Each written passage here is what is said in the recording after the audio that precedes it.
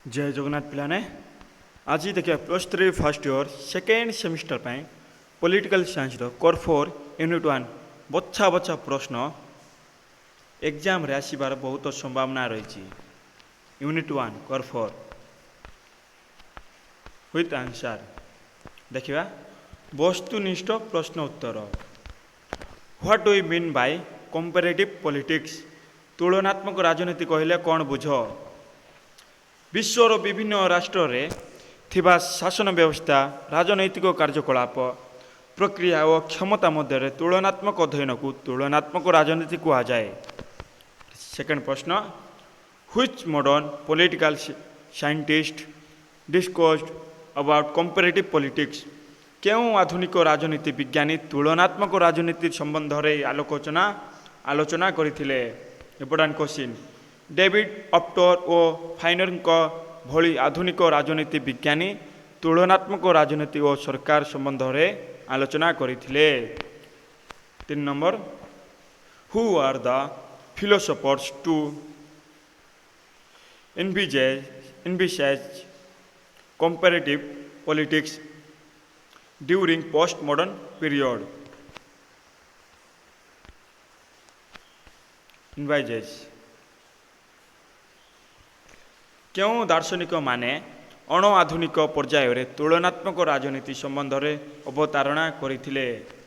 Answer होची Greek दार्शनिक Aristotle Polybius Cicero John Stuart Mill Montesquieu Freeman Bryce Bentham Adam Smith Karl Marx Sir Henry Maine आदि तुलनात्मक राजनीति संबंध में दर्शाइथिले। Important question Who are the political scientists to make the study of comparative politics more dynamic? क्यों राजनीति विज्ञानी माने तुलनात्मक राजनीति अध्ययन को गतिशील कराई पारिथिले। आंसर होची अत्याधुनिक पर्यायर David Easton Gabriel Almond Lasswell Robert Dahl Edward Shils Lucian Pye Sidney उर्बा आदि अमेरिकीय राजनीति विज्ञानी माने तुलनात्मक राजनीति अध्ययन को गतिशील कराई पारिथिले। प्रश्न number 5 in which decade did comparative politics develop as a part of political science क्यों दशक मध्य तुलनात्मक राजनीति विज्ञान एक अंश विशेष रूपे विकास लाभ करथिला। इंपोर्टेंट क्वेश्चन 1950 रु 1960 दशक मध्य तुलनात्मक राजनीति विज्ञान एक अंश विशेष रूपे विकास लाभ करथिला। Next which topics are discussed through comparative method तुलनात्मक पद्धति माध्यम रे क्यों विषय मान आलोचना कर जाई थाए। आंसर तुलनात्मक पद्धति माध्यम व्यवस्थापिका राजनैतिक कंदल और चाप गोष्ठीर भूमिका इत्यादि विषय मान संबंध में आलोचना कर जाई थाए। Next which subject matters should be taken into consideration in the study of comparative politics तुलनात्मक पद्धति अध्ययन बेले क्यों समस्त विषय को विचार को नेबा आवश्यक। आंसर तुलनात्मक पद्धति अध्ययन द्वारा दुईटी राष्ट्र मध्य तुलना बेले उभय राष्ट्र परिस्थिति चापमात्रा जलवायु सामाजिक आर्थिक अवस्था आईन कानून और अभिज्ञता को विचार को नेबा आवश्यक। प्रश्न number 8 who are the philosophers to introduce sociological method in the study of comparative politics क्यों दार्शनिक माने तुलनात्मक राजनीति अध्ययन क्षेत्र में समाज विज्ञान पद्धति प्रवर्तन करथिले। Answer MacIver David Easton Almond आदि दार्शनिक माने तुलनात्मक राजनीति अध्ययन क्षेत्र में समाज विज्ञान पद्धति प्रवर्तन करथिले। इंपोर्टेंट क्वेश्चन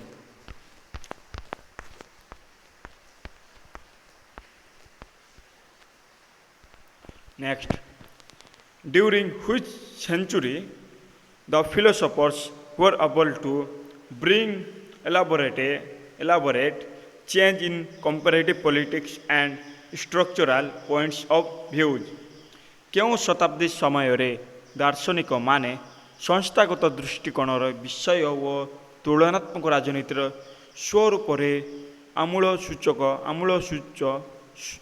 ଆମୂଳଚୂଳ ପରିବର୍ତ୍ତନ ଆଣିପାରିଥିଲେ। ଆନ୍ସର୍ ହେଉଛି ଊନବିଂଶ ଶତାବ୍ଦୀର ଶେଷ ଓ ବିଂଶ ଶତାବ୍ଦୀର ପ୍ରାରମ୍ଭରେ ଲର୍ଡ ବ୍ରାଇସ୍ ଲୱେଲ୍ ଅଷ୍ଟଗୋର୍ସ୍କି ସଂସ୍ଥାଗତ ଦୃଷ୍ଟିକୋଣର ବିଷୟବସ୍ତୁ ଓ ତୁଳନାତ୍ମକ ରାଜନୀତିର ସ୍ୱରୂପରେ ଆମୂଳଚୂଳ ପରିବର୍ତ୍ତନ ଆଣିପାରିଥିଲେ। Next question Which theories did considered by Lord Bryce to examine the functional process of acts and their downfall? କେଉଁ ସିଦ୍ଧାନ୍ତ ଉପରେ ବିଚାର କରି ଲର୍ଡ ବ୍ରାଇସ୍ ବିଧାୟିକା ଗୁଡ଼ିକର କାର୍ଯ୍ୟପଦ୍ଧତି ଓ ଏହାର ପତନର କାରଣମାନ ପରୀକ୍ଷଣ କରିଥିଲେ? ଆନ୍ସର୍ ହେଉଛି ଆଧୁନିକ ଗଣତନ୍ତ୍ରରେ ଲର୍ଡ ବ୍ରାଇସ୍ ଗଣତନ୍ତ୍ର ସିଦ୍ଧାନ୍ତ ଉପରେ ବିଚାର କରି ବିଧାୟିକା ଗୁଡ଼ିକର କାର୍ଯ୍ୟପଦ୍ଧତି ଓ ଏହାର ପତନର କାରଣମାନ ପରୀକ୍ଷଣ କରିଥିଲେ। Important question. ପ୍ରଶ୍ନ number 11 what is structural point of view? ବ୍ୟବସ୍ଥା ଦୃଷ୍ଟିକୋଣ କହିଲେ କ'ଣ? ବ୍ୟବସ୍ଥା ଦୃଷ୍ଟିକୋଣ ଅନ୍ତଃସମ୍ବନ୍ଧିତ ପରିବର୍ତ୍ତନଶୀଳ କାରକମାନଙ୍କର ଏକ ଅଧ୍ୟୟନ ଯାହାକି ଗୋଟିଏ ଏକକ ବା ବ୍ୟବସ୍ଥା ଗଠନ କରିଥାଏ। Important question.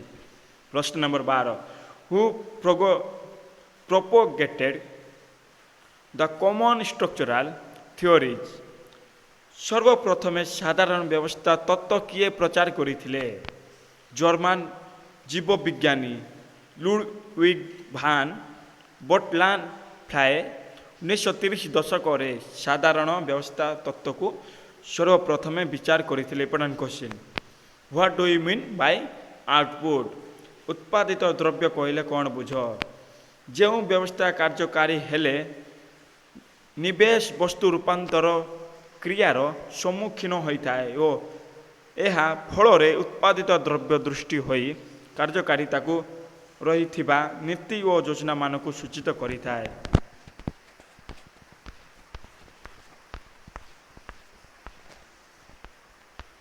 Next what do you mean by feedback?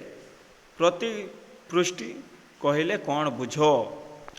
ଯେତେବେଳେ ଉତ୍ପାଦିତ ଦ୍ରବ୍ୟ ଆଉଟପୁଟ୍ ପରିବେଶ ସହ ଅନ୍ତଃକ୍ରିୟା କରି ନିବେଶ ବସ୍ତୁ ଇନପୁଟ୍ରେ ପରିବର୍ତ୍ତନ ଆଣିଥାଏ ତାହାକୁ ପ୍ରତିପୁଷ୍ଟି ଫିଡବ୍ୟାକ୍ କୁହାଯାଇଥାଏ। ପ୍ରଶ୍ନ number 15 who is the advocate of lower cake method? Layer cake ପଦ୍ଧତିର ପ୍ରବକ୍ତା କିଏ? ହରମାନ ଫାଇନର ଲେୟର କେକ୍ ପଦ୍ଧତିର ପ୍ରବକ୍ତା ଅଟନ୍ତି। Important question. Who is known as advocate of pre traditional approach? ପ୍ରାକ୍ ପାରମ୍ପରିକ ପଠନ ପଦ୍ଧତିର ପ୍ରବକ୍ତା କିଏ? Important question. ଦାର୍ଶନିକ ଆରିଷ୍ଟଟଲ ପ୍ରାକ୍ ପାରମ୍ପରିକ ପଠନ ପଦ୍ଧତିର ପ୍ରବକ୍ତା ଅଟନ୍ତି। What is an institution? ସଂସ୍ଥା କହିଲେ କ'ଣ? Important question. ଏକ ସାର୍ବଜନୀନ ସ୍ଥିତି ରହିଥିବା ଔପଚାରିକ ସଂଗଠନକୁ ସଂସ୍ଥା କୁହାଯାଇଥାଏ।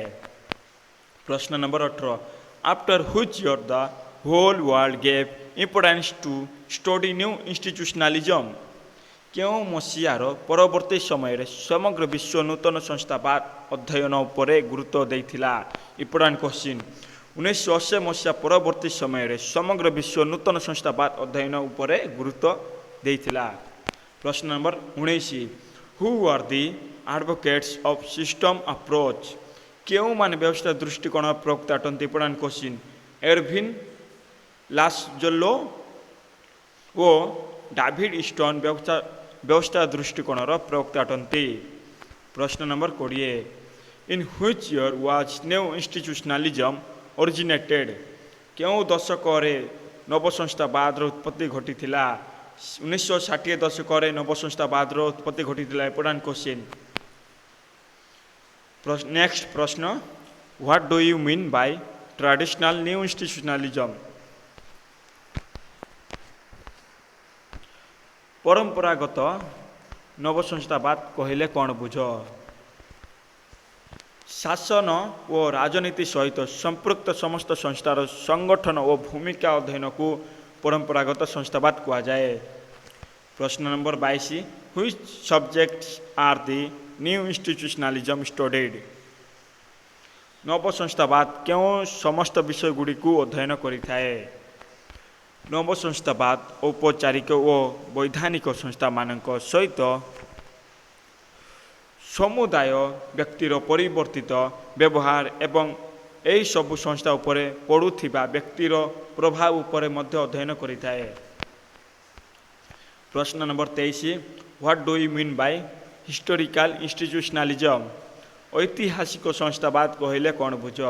विभिन्न संस्था मानक बुझिबा निमंते जो धरण ऐतिहासिक दृष्टिकोण अवलंबन कर जाइथाए ताहाकू ऐतिहासिक संस्थावाद कहा जाए। Next, who are the strong supporters of rational choice in institutionalism? केउ माने चार्किक चयनमूलक संस्थावादर दृढ़ समर्थक अटंती? एलिनोर वोस्ट्रोम और केनेथ शेप स्टेवर बेरी बेंगल तार्किक चयनमूलक संस्थावादर दृढ़ समर्थक अटंती। Who are the supporters of structural institutionalism? केउ माने ढांचागत संस्थावादर समर्थक अटंती? प्रधान क्वेश्चन। कैंट, वेबर और बेंटर कॉमन ढांचागत संस्थावादर समर्थक अटंती। According to the new institutionalism, which institution would have influenced over social sphere? नव संस्थावादी मतरे क्यों संस्था गुड़िक सामाजिक परिधि को प्रभावित करिथांती? नव संस्थावादी मतरे संस्था गुड़िक केवल व्यक्ति और सामाजिक परिवेश को प्रभावित करती नहीं बरं सामाजिक वातावरण व्यवस्थार एवं परंपरा मत संस्थार कार्यकलाप और व्यवहार को समान रूप से प्रभावित करिथांती। Next, which subject did the new institutionalism give importance to? केउं विषयर अध्ययन निमंते नव संस्थावाद गुरुत्व देथिला? नव संस्थावाद वैज्ञानिक पद्धति विश्लेषण और व्याख्या द्वारा अध्ययन उपरे गुरुत्व देथिला। यह संविधान ढांचा बदल रे संपूर्ण राजनैतिक प्रणाली अध्ययन उपरे गुरुत्वारोप करिथिला। Who were given importance on individual and collective behaviour in comparative politics? केउ मानकु तुलनात्मक राजनीति रे व्यक्तिगत और सामूहिक व्यवहार उपरे अधिका गुरुत्व दिया जाइथिला? आंसर होची फ्रॉयड, मैकडुगलंक भली विद्वान माने तुलनात्मक राजनीति रे व्यक्तिगत और सामूहिक व्यवहार उपरे अधिका गुरुत्व देइथिले। What do you mean by democracy? प्रणान कोसी गणतंत्र कहले कौन बुझ?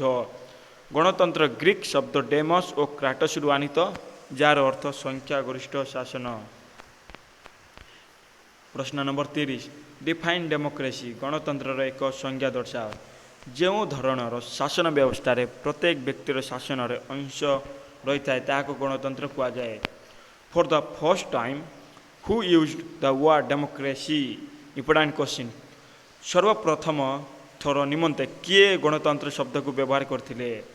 आंसर होची दार्शनिक हेरोडोटस सर्वप्रथमे गणतंत्र शब्द को व्यवहार करथिले।